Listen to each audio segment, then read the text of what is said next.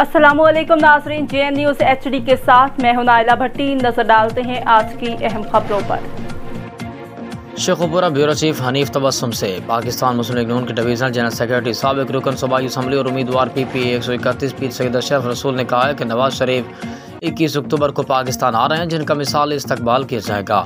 जहाँ भी पाकिस्तान पर मुश्किल वक्त आया, रहनुमाई के लिए नवाज शरीफ सामने आए। मुल्क को एटमी ताकत के इजहार का चैलेंज दरपेश था तो नवाज शरीफ ने कौम को सरखुरो किया। पूरी दुनिया एक तरफ थी, लेकिन नवाज शरीफ ने एटमी धमाके किए। नून लीग ने नवाज शरीफ की क़यादत में हुकूमत संभाली तो दहशतगर्दी और बिजली की लोड शेडिंग का मसला दरपेश था। नवाज शरीफ ने मुल्क में दहशतगर्दी और लोड शेडिंग पर काबू पाकर मुल्क को पायदार अमंदी और तरक्की की राह पर हमवार किया।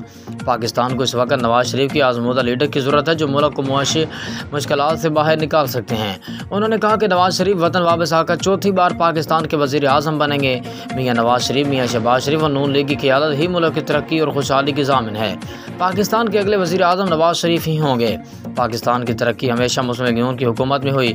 पाकिस्तान में जितने भी प्रोजेक्ट मुनाफे बख्श चल रहे हैं, सबका सेहरा मियाँ मोहम्मद नवाज शरीफ के सर जाता है। उन्होंने कहा कि PTI के नाम निहाद इनकलाबी लीडर ने अवाम को सुहाने ख्वाब और सरसब्ज बाग दिखाने के अलावा और कुछ न किया।